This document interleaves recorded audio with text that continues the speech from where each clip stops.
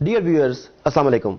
आज मैं आपकी तवज्जो उस इंतहाई अहम मामले की जानिब दिलवाना चाहता हूं जिसे जानबूझकर प्लानिंग के तहत, साजिश के तहत आप सबसे छुपाया जा रहा है। मौजूदा हालात, पूरी दुनिया के हालात आपके सामने हैं। सऊदी किरदार, अमेरिकी किरदार, हमारा किरदार, तुर्की का किरदार, अफगानी किरदार, इंडिया का किरदार, इसराइल की हरकतें, ये सब आपके सामने हैं। हम में से कुछ लोग समझते हैं कि ये वसाइल की जंग है, कुछ लोग समझते हैं कि ये सलीबी जंग है, कुछ लोग समझते हैं कि ये हिंदू हमारे मुखालिफ हैं इसलिए मामलात हो रहे हैं, कुछ अपने लीडरान को बुरा भला कहते हैं। ये सब मामलात आपके सामने हैं और शायद किसी हद तक ये सभी ठीक भी हैं। मगर एक बात जो हम सबसे छुपाई जा रही है वो ये है कि 1923 में पहली जंग अज़ीम के बाद इत्तेहादी कुव्वतों ने खिलाफत उस्मानिया के साथ जबरन एक मुआहदा किया। उस वक्त तुर्की के खलीफा का नाम सुल्तान सादस वहीदुद्दीन था। इत्तेहादी फौजें जिसमें फ्रांस था, जर्मनी था, बरतानिया था, इन सब ने मिलकर जबरदस्ती एक मुआहदा किया 1923 में, जिसकी मुद्दत 100 साल की थी। इस मुआहदे के तहत सुल्तान की तमाम ज़ाती अमलाक जब्त कर ली गईं। खिलाफत उस्मानिया जो 3 बर्र-ए-आज़मों पर फैली हुई थी उसका खात्मा कर दिया गया और उस खात्मे के नतीजे में नए 40 मुल्क वजूद में आए।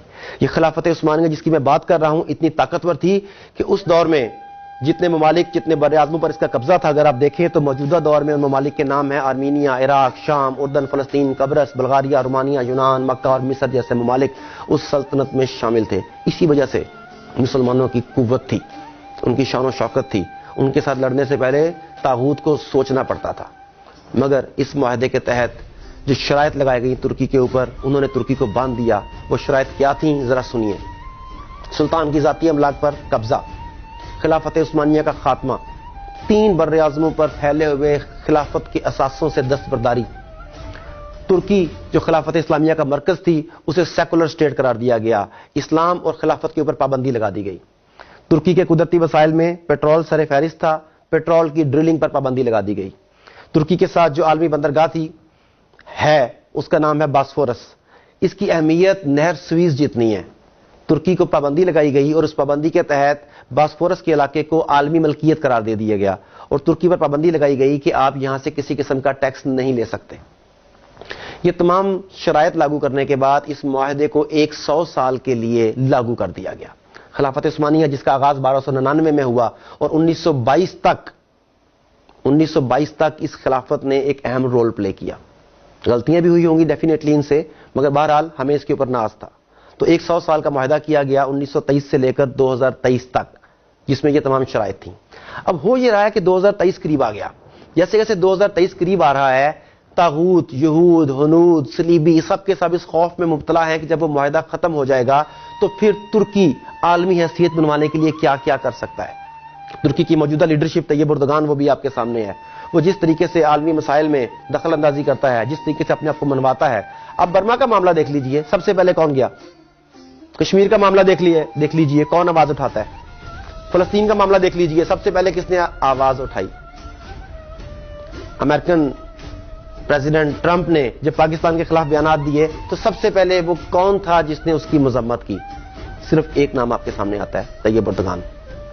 अब तागूत को यह डर है कि वो उस्मानी खून जो है वो कहीं दोबारा से जोश ना मार जाए।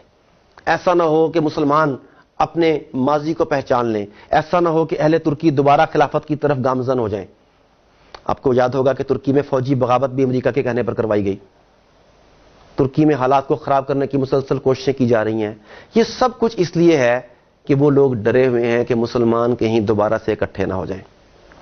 अब आप तैयब एर्दोगान के गुज़िश्ता कई बयानात का अगर जायजा लें तो वो बार बार क्यों कहता है कि 2023 के बाद तुर्की पहले जैसा बीमार तुर्की नहीं रहेगा, तुर्की आलमी सियासत में अपना किरदार अदा करेगा।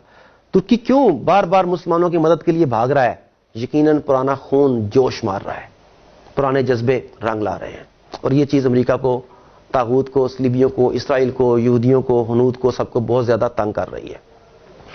दूसरा काम जो अमेरिका हमारे साथ कर रहा है, तागूत हमारे साथ कर रहा है, वो ये कर रहा है कि मीडिया के जोर पर हमारे ऊपर अमेरिका की सुप्रीमेसी का एक हवा बिठा दिया गया है। हमें यह बताया गया है कि अमेरिका के साथ लड़ना, हत्ता कि अमेरिका के साथ लड़ने का सोचना भी हमाकत है।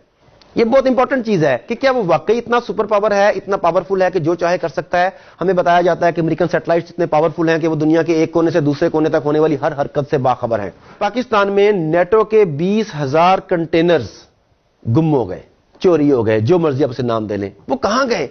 امریکہ، نیٹو فورسز، تمام کے تمام سیٹلائٹ، دنیا کی تمام تر ٹیکنالوجی مل کر یہ آج تک نہیں پتا لگا سکی کہ وہ کنٹینرز کہاں پہ ہیں۔ دیکھیں کنٹینر کوئی 1 انچ 2 انچ کا، فٹ 2 فٹ کا، 6 فٹ کا، 10 فٹ کا نہیں ہوتا، اور ایک کنٹینر نہیں، 2 کنٹینر نہیں، 10 کنٹینر نہیں، 20,000 سے زائد کنٹینرز اسلحے سے بھرے ہوئے، مشینری سے بھرے ہوئے، امریکی ٹیکنالوجی کو اپنے اندر سموئے ہوئے، وہ تمام کے تمام کنٹینرز آج کہاں پر ہیں امریکہ نہیں جانتا۔ یہ ہے امریکن ٹیکنالوجی۔ اسی ٹیکنالوجی کو ایک اور طریقے سے دیکھیے، آپ کو یاد ہوگا کہ 28 مئی کو جب پاکستان نے ایٹمی دھماکہ کیا، امریکہ اور پوری دنیا نے مل کر ہمیں روکنے کی کوشش کی، ڈرایا گیا، للچایا گیا، دھمکایا گیا۔ And I ask Pakistan to exercise restraint to avoid a perilous nuclear arms race. The United States was apparently prepared to offer some considerable incentives if Pakistan would just say no. جب ہم نے یہ ٹھان لی کہ ہم نے یہ دھماکے کرنے ہیں، دنیا کو بتانا ہے کہ ہم ایک اٹامک پاور ہیں، تو ہمیں کوئی نہیں روک سکا۔